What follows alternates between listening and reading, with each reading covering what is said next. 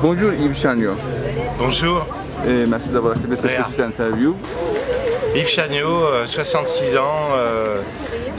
J'ai créé une maison d'édition en 2010 suite à une catastrophe.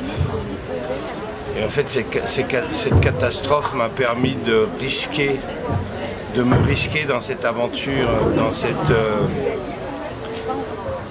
idée de me dire s'il y a bien quelque chose d'important, c'est l'art, c'est la poésie, c'est quelque chose qui ne m'était pas offert par une société très matérielle.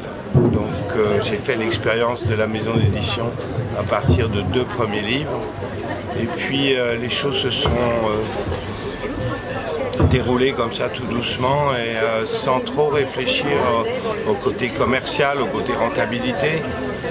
Je suis rentré vraiment dans une démarche d'explorer avec des artistes des sensibilités et des univers poétiques. Ouais, c'est vraiment, c'était comme quand je parle de catastrophe, c'est bien sûr lié à une interruption de fonctionnement. Et c'est important de dire ça, puisque en fait, j'ai créé des livres qui n'existaient pas avant. Et je pense que c'est lié au fait d'avoir eu une cassure tellement forte, de ne plus vouloir savoir ce qui se passait du côté des éditeurs. D'ailleurs, j'ai jamais voulu être éditeur, mais c'est comme si c'était une nécessité de vie de se prouver que les belles choses existaient. Et c'est à travers les beaux livres que l'on fait que je me suis... comment dire, que j'ai compris que ces belles choses, que la poésie et l'art avaient une profonde valeur dans l'existence des gens et dans mon existence. Tu peux parler de nom, comment vous avez choisi, depuis quand, comment vous choisissez vos auteurs? Vraiment, c'est comme on dit, vos éditions, il y a une qualité supérieure. Une qualité artisanale. Ce que j'appelle une qualité artisanale, c'est l'artisan qui fait des beaux sabots, qui fait des beaux sacs en cuir, qui fait des belles céramiques, ou des beaux légumes. À la limite, quoi que tu fasses, essaye de faire beau. Alors beau, ça veut dire dominer toutes les phases de la construction du livre, de l'assemblage. Donc ça s'appelle... j'ai trouvé ce nom des éditions Apéron. Apéron, c'est le sans limite. C'est l'équivalent du 5e élément dans certaines... dans la médecine ayurvédique peut-être. Enfin bref, on va constater, imaginez que vous êtes en train de marcher sur une plage grecque ou turque, c'est encore mieux. Sur du sable blanc, vous sentez le sable sous vos pieds, vous marchez dans l'eau, vous sentez l'eau sur le bas de votre corps, le soleil vous réchauffe et le vent, en fait, vous ventile, quoi. Donc vous avez les 4 éléments. Mais c'est pas suffisant, on parle des 4 éléments, mais le 5e élément, c'est l'éther, c'est celui qui constate, c'est cette chose qu'on ne peut pas définir et pourtant qui est là. Je trouve que cette démonstration est assez claire. Le monde matériel, tout ce qu'on sent, tout ce qu'on voit, le vent, on ne le voit pas, mais on peut en constater les effets. Mais il y a autre chose, et cette autre chose, c'est ça qui m'intéressait, ce non définissable. D'où le nom d'Apéron, qui est une pensée philosophique, un mot qui a été créé par Anaximandre au VIe siècle avant Jésus-Christ, dans la ville de Milet, qui est aujourd'hui en Turquie, mais c'était une cité grecque à l'époque. Et il était contemporain de Thalès et il dit il y a quelque chose qu'on ne pourra jamais expliquer. Ce dont toute chose procède et vers qui toute chose retourne. Alors que c'est un peu le début de la pensée scientifique. Je donne une explication à toute chose alors que finalement quand on réfléchit bien, il y a quelque chose d'absolument inexplicable. Et tu as commencé à écrire quand?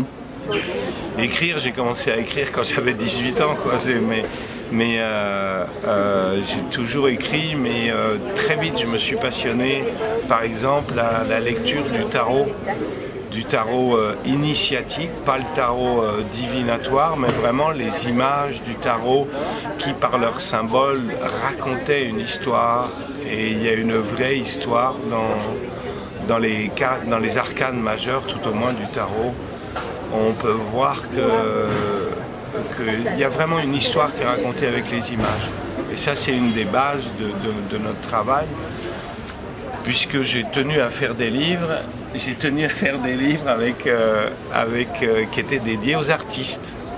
Et vraiment, l'écrit et les mots sont pour moi, enfin quand quelqu'un m'envoie un manuscrit, je ne sais pas quoi en faire, je dis je ne sais pas quoi en faire. Par contre, quand je regarde l'œuvre d'un artiste, là il y a des fulgurances, quoi. C'est comme si tout d'un coup je voyais ce qu'il était possible de dire avec ce travail. Ça c'est quelque chose de particulier. Donc vraiment la maison d'édition est dédiée aux artistes. Il faut savoir aussi que je suis issu du monde de la bande dessinée. Et le monde de la bande dessinée, à une époque, c'était il y a longtemps, parce que je suis un très vieil homme, vous comprenez. Et en fait, la bande dessinée, à une époque, a été ce passage entre le roman et était un art très décrié. On disait que c'était la bande dessinée, c'était pas bien. Peut-être que c'était pas bien d'ailleurs. Mais travailler avec l'image, c'est quelque chose que j'ai toujours fait. Mon langage, il est lié à l'image et par exemple, il est lié à un moment que j'ai vécu. Alors apparemment, le Roger Noir de Stendhal, il y a un moment qui est décrit, où on décrit Hortense qui a une espèce de transe face à un tableau. Moi, ça m'est arrivé en Italie avec mon épouse et donc on a pu constater qu'on avait un moment vraiment de sublimation, je ne sais pas comment on appelle ça, mais un moment qui est décrit par Nicolas Bouvier d'ailleurs dans un de ses livres, L'usage du monde aussi. Et c'est des moments où tu as l'impression d'être vraiment en osmose, en harmonie avec le monde à travers une image. Alors bien sûr, c'était un tableau de Léonard de Vinci, le messager, l'ange qui apporte un message. Et donc tu peux te permettre de rêver en disant qu'après tout, il y a peut-être une possibilité de comprendre le monde autrement qu'avec des mots. Les mots, c'est parfois compliqué. Ce qui est étonnant d'ailleurs, puisque les mots de poésie, le mot poétique qui semble compliqué est extrêmement simple, mais il faut simplement être au rendez-vous, il faut qu'on soit là. Enfin moi je vois la poésie comme, et la poésie qu'il y a dans les livres, comme des mantras, c'est quelque chose qui te transforme, qui te met dans un état. Et un état comme si les plus grands physiciens décrivent, Einstein bien sûr décrit le monde en disant que la réalité qu'on voit n'est juste que les choses qui sont en un niveau de vibration bas et qu'il y a tellement d'autres choses. Et ça, je suis aujourd'hui persuadé qu'il y a énormément d'autres choses, que le vide qui nous sépare est rempli de merveilles, de molécules, de particules, de virus, de tout ce que tu veux. Et que, bien sûr, ça peut paraître bête de parler comme ça, mais comme par exemple un arbre, qu'on comprend que c'est pas seulement un bout de bois, ça devient extraordinaire, quoi. Et puis en plus, qu'on peut avoir la chance peut-être de voir l'énergie qui permet à cet arbre de se tenir, de vivre, de circuler. On va laisser ça aux chamans. On a environ 85 titres aujourd'hui, et je dirais que non, il n'y a pas eu d'écrits qui ont déclenché des images. C'est-à-dire que je ne travaille pas avec des illustrateurs, qui vont illustrer des propos. Franchement, à la limite, si j'en avais la possibilité, je ferais juste des livres avec que des images, pas d'écrits. En référence à ce que je disais tout à l'heure, le fait, l'image en elle-même porte l'enseignement. Et donc, par exemple, tu fais un tableau, il existe ce tableau et il va te faire réagir. Et il y a des critiques d'art, donc des gens qui réfléchissent aux symboles, aux choses qui ont été mises dedans et qui vont écrire. Ben pour un livre, ça peut être pareil, c'est-à-dire qu'on va avoir un univers qui existe, qui préexiste à travers la peinture. Rien n'est dit, mais déjà tout est dit. Le mot n'est qu'une traduction globalement, peut-être à part le mot poétique, assez faible par rapport à la puissance de l'image. Et les auteurs qui t'ont marqué, qui t'ont inspiré?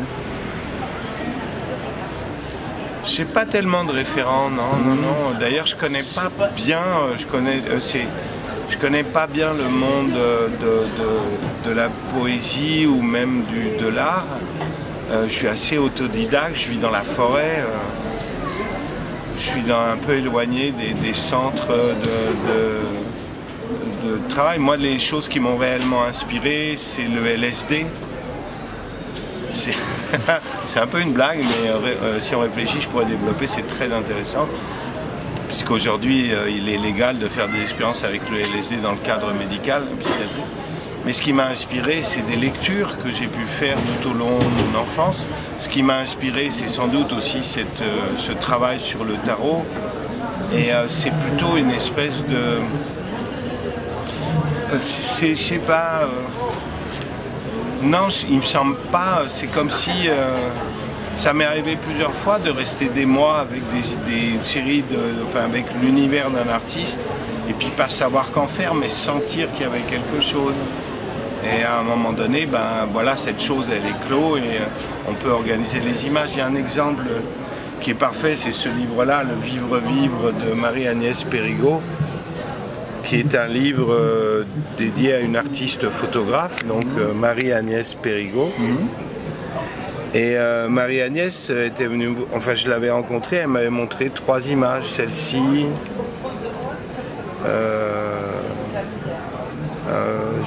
plusieurs images qui m'avaient vraiment marqué. Et on était dans une recherche et ça a mis 3 ans. Mais c'est la lecture d'un livre, par exemple, de Pascal Quignard qui m'a donné les clés pour coder le livre. Et on peut voir, là je peux vraiment l'expliquer, l'idée de Pascal Quignard, c'est qu'on traverse 4 nuits. Il y a la nuit d'avant, il y a la nuit intra-utérine, il y a la nuit humaine qu'on partage maintenant, bonjour, et il y a la nuit d'après. Et ce livre, on peut voir qu'elle n'a fait aucune photo pour le livre, tout était déjà dans son œuvre. Donc c'est comme une exposition, un hommage à l'artiste. Et ça c'est la nuit d'avant, donc elle avait fait un travail sur Venise. Et donc il va y avoir 2 forces qui vont nous faire sortir de cette nuit. Elle a fait un travail sur le Minotaure qui représentait pour elle la puissance masculine, et un travail avec une femme sur l'orgasme féminin, le plaisir absolu, qui était pour elle une force féminine extrêmement forte. Donc on a utilisé ces 2 images symboliques pour expliquer qu'à travers les vestiges du passé, donc psychogénéalogie, tout ce qu'il y a eu avant, donc les chairs se formaient, on rentrait dans le monde humain et on était toujours lié aux vestiges du passé et à la force animale qui nous amène à vivre. Et le livre, alors là on se casse la tête contre les murs, bref, tout est codifié comme ceci. La force animale ici est très puissante parce qu'elle va vivre un moment qu'elle a réellement vécu, c'est un moment de transe chez les Gnawa au Maroc. Elle faisait un reportage sur les femmes, et ce qui est bien avec cette construction de livre en Leporello, c'est que là, le moment de cette transe qu'elle vit au Maroc l'a fait basculer. Et donc le livre bascule lui aussi.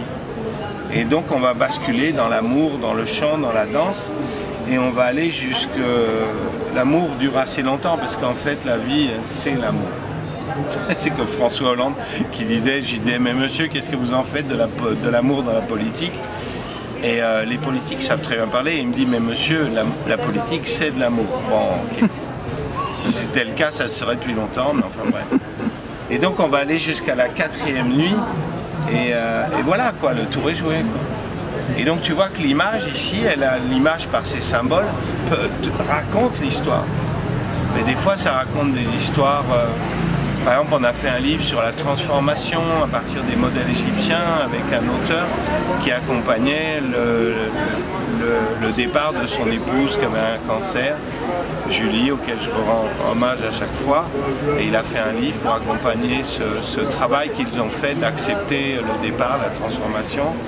J'ai fait un livre sur les graines et les fleurs, le fait d'être dans ce recto verso permet vraiment de jouer avec ça. D'un côté les graines, de l'autre côté les fleurs, le dehors, le dedans, bon, avec des artistes pas connus, des livres très simples et des livres très particuliers comme le Pétrichor, qui est un des tout derniers livres qu'on a fait. Pétrichor c'est un mot qui est créé à partir de Pétra, la pierre, et Icor, le sang des dieux. Et c'est la substance qui se crée de la décomposition, de la putréfaction du monde végétal et animal dans les forêts. Et cette substance est activée quand il pleut. L'odeur qui se développe dans les sous-bois des forêts s'appelle le pétrichor. Mais donc cette belle et bonne odeur est issue d'un pourrissement du végétal et de l'animal qui se mélangent et qui crée ce pétrichor. Et ce livre, c'est un hommage à la nature, donc il est construit. Bon, on a bien sûr le titre, et après on va rentrer uniquement dans un univers dessiné qui mélange la beauté et l'étrangeté. Et c'est au regard de cette définition du pétrichor, on a en même temps cette notion de beauté, mais aussi de pourrissement, tu vois, cette nature qui est... L'idée, c'est de faire sentir à travers ces images, d'avoir un sentiment qui va nous amener à comprendre que l'image, d'abord, elle transmet quelque chose, puis aussi qu'on est lié à la nature, on est réellement lié à la nature physiquement.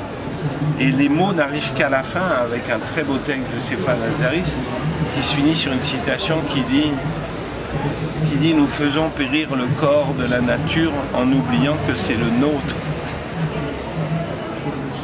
Et derrière, c'est alors toujours cette idée du recto et du verso, où derrière on va avoir ces forêts que l'on traverse et qui sont à notre image, parce que l'auteur, là aussi, elle va dire « J'aimerais être une forêt pour digérer mes oiseaux morts, malaxer l'indicible, le douloureux, le dégueulasse, et grandir les pieds bien plantés dans cette matière d'ombre transmutée. » C'est la vie, ça.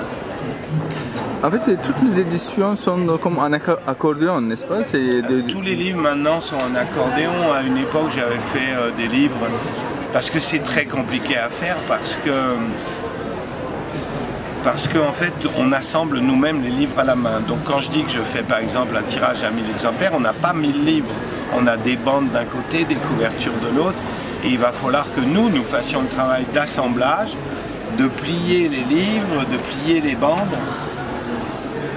et de les coller entre elles ici, ou je ne sais pas si on peut voir, mais bon, il y a une languette ici, une pâte de collage. Oui, c'est pas évident ça. Qui est blanc sur blanc, c'est pas évident. Et pour faire un livre comme ça, il faut 6 bandes, donc il faut plier tout ça. Donc on n'a jamais vraiment de stock très important. Oui. Mais il y a des livres, par exemple, comme Un toit d'étoiles, qui réunit 4 arts. Alors celui-là, je l'aime bien parce qu'au début, il y a un texte, le texte de Saïd Mohamed, qui a été mis en musique par Karine Elbert, donc Elbert, qui joue de l'orgue de verre. On trouve le CD ici avec un chanteur soufi. Ce travail a obtenu le Grand Prix de l'Académie Charles Cros. Et Annie Courtiot a illustré, a commencé à faire des dessins en écoutant la musique. Une musique très belle, de son cristallin, un chanteur soufi avec son tambour, un violoncelle, un violoniste, 3 récitants. Et elle s'est mise à dessiner. Quand j'ai vu ce travail, j'ai dit, ce serait chouette d'en faire un livre. Et ils en avaient déjà un peu l'idée, voilà, et donc ce livre réunit 4 arts, l'art de l'écriture, l'art de la musique, l'art du dessin. Et il y a un art qu'on oublie, en l'occurrence, pour moi, c'est l'art de faire des livres. Qui est un livre particulier avec une couverture cartonnée, carton naturel, un marquage à chaud, des fenêtres, une doublure, voilà, c'est l'art de faire un livre. Oui. C'est pour ça que je parle d'artisanat. Oui, c'est la poésie déjà. Oui, c'est une autre poésie. Tu ajoutes toute ta créativité à une autre créativité, à plusieurs créativités, et ça devient quelque chose d'original et unique. Ouais. Et si on revient, comme on dit, les livres avant, avec les photos. Là-bas, est-ce que c'est les photos qui étaient déjà dans leur ordre, ou bien c'est toi qui choisis l'ordre aussi parmi les photos? J'aime beaucoup ce livre-là parce que c'était une création qui a été particulière en fait. On avait sélectionné, avec l'artiste avait fait une présélection de ces photos et on ne savait pas quoi en faire. C'est une sélection en brut en fait. Ouais, elle avait pris, tiens, on regarde ça. nanana, et puis on ne savait pas quoi en faire, on ne trouvait pas de fil rouge, qu'est-ce qu'on racontait avec ça. Conducteur, oui. C'était difficile. Et puis un jour, je suis parti, parce que j'avais besoin de me reposer un peu, je suis parti sur l'île de Paros en Grèce, tout seul, mais j'avais dans ma valise ces images et un livre de Pascal Quignard. Et là, c'est marrant, parce que peut-être le repos, peut-être l'éloignement, le fait de regarder autrement, lire ce livre, tout ça, ça a créé un déclic. Et tout s'est organisé là. Et après, j'ai écrit un texte poétique parce qu'en fait, je ne pouvais pas expliquer ça avec des mots, disons, concrets.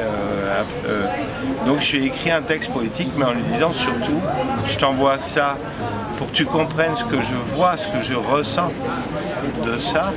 Mais je ne veux pas que mon texte apparaisse dans le livre. C'est ton livre, c'est ton travail. Et comme c'est une très belle artiste, elle a repris ça à son compte. Et elle a pratiquement changé aucune image. Tout est venu très naturellement à partir de ce moment-là. Mais c'est toi qui as mis en ordre. C'est moi à un moment donné qui ai mis en ordre. C'est important parce que je dis toujours, en changeant l'ordre des photos, je peux arriver carrément à un autre contexte. Oui. Voilà, et c'est infini. Oui, c'est infini. On pourrait penser ça. Maintenant, j'ai des doutes sur le fait qu'une artiste qui s'est spécialisée, elle a une recherche particulière. Ses recherches sur la transformation du corps, la recherche sur Venise. Elle cherche quelque chose. Je ne pense pas qu'on puisse non plus en faire un livre culinaire. J'exagère, bien sûr. Il y a quand même une trame dans son œuvre. Absolument, je sais. Oui. La traduction. J'ai fait de la traduction, enfin il y a plusieurs livres qui ont été avec 2 artistes italiens par exemple. Alors il y en a un livre, un carnet de voyage qui a été traduit par un ami qui était marié à une Italienne. Et le deuxième livre, en fait, c'est moi qui ai fait la traduction. Et j'ai découvert cet univers de la traduction.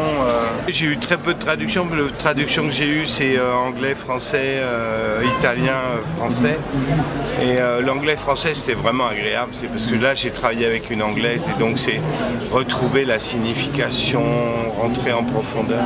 Par exemple, il y a un travail d'une artiste. Les artistes, souvent, ils ont envie de mettre un mot sur leurs images. Enfin, des fois, pas tout le temps, mais là, je travaillais avec une artiste qui s'appelle Lindsay Cox et elle s'est mise à écrire des textes sur ce chemin qu'elle faisait pour essayer de choper sur un paysage un moment de lumière particulière. Et donc elle a écrit des très beaux textes sur la lumière en anglais qu'on a traduit en français. Pour l'italien, pour un livre qui a obtenu le Grand Prix, le prix du carnet de voyage international, qui a été remis à Clermont-Ferrand, c'est Stefano Faravelli qui m'a donné des textes en italien qui étaient assez ardus, puisqu'il est docteur en sciences orientales, et donc ça parlait de la parabole, de Ganesh, de l'origine du son. Et là, c'est très intéressant parce que là, tu es obligé de rentrer dans la compréhension parfaite de ce qu'il veut décrire et définir. Donc c'est globalement c'est moi qui le fais, quoi. Je le fais. Est-ce que la poésie, l'art, c'est un besoin, une nécessité pour les gens, pour les autres?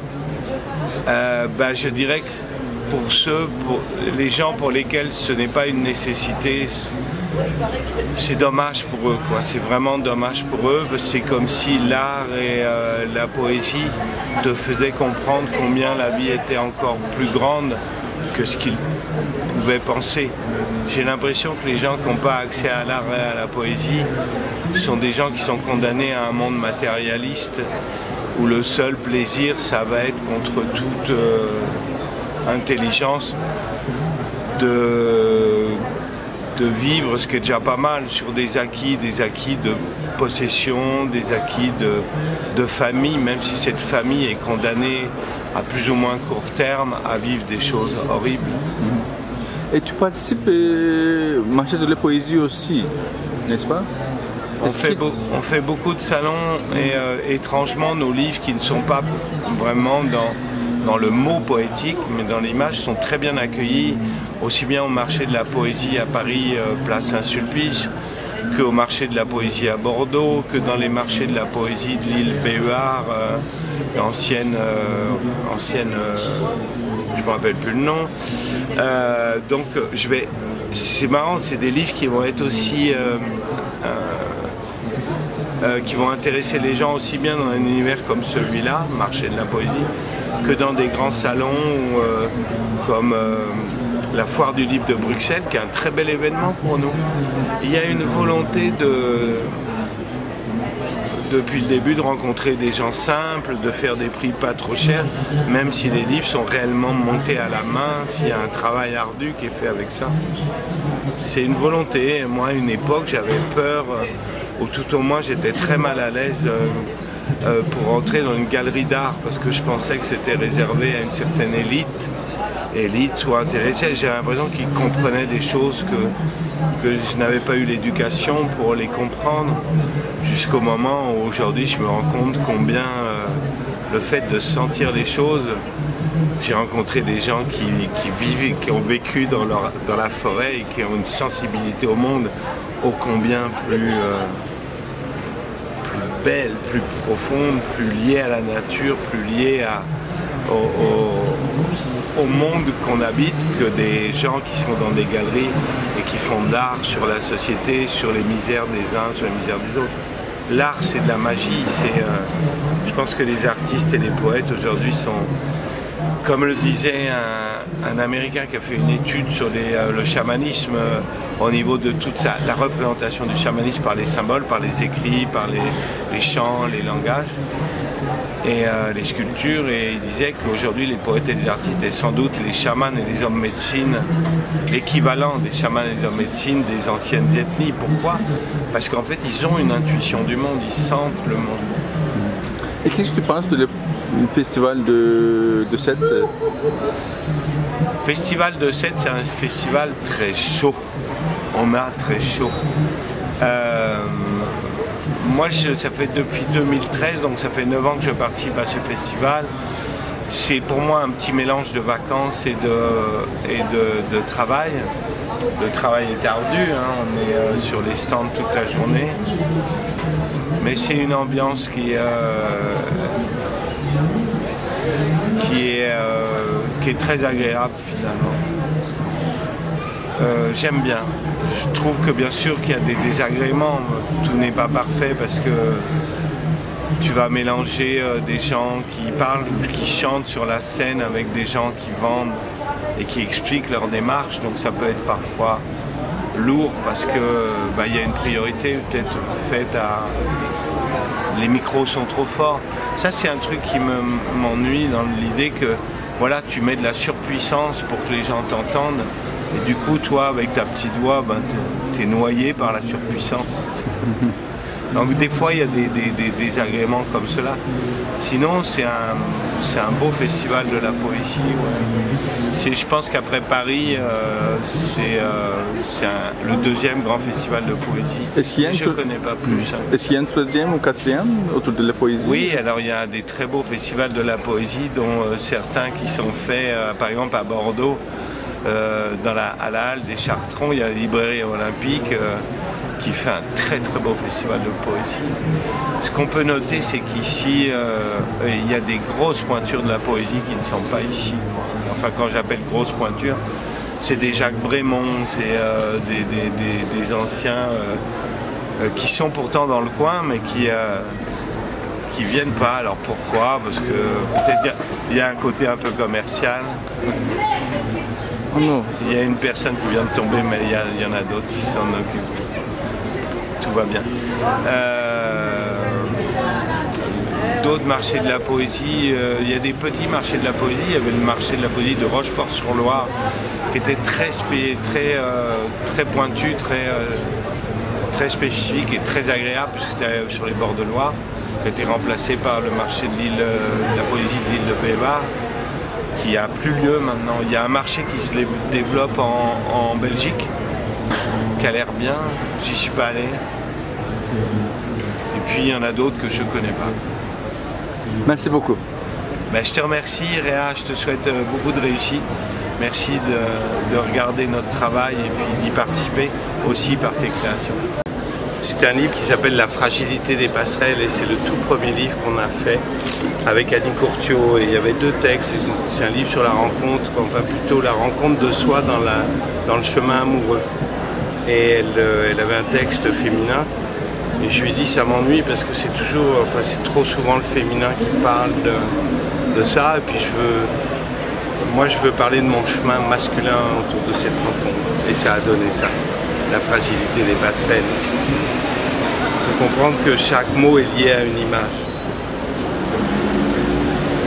Il se voit dans elle se voit dans lui.